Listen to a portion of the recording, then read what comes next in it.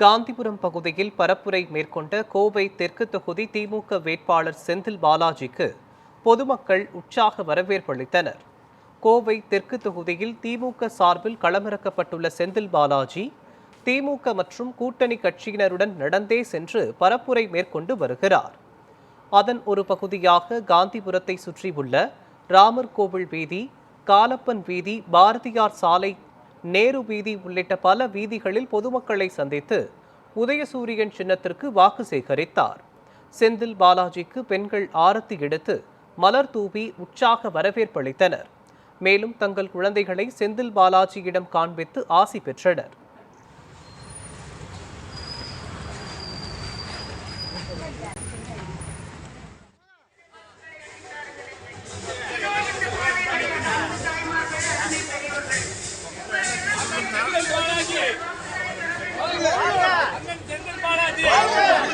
Senthil Balaji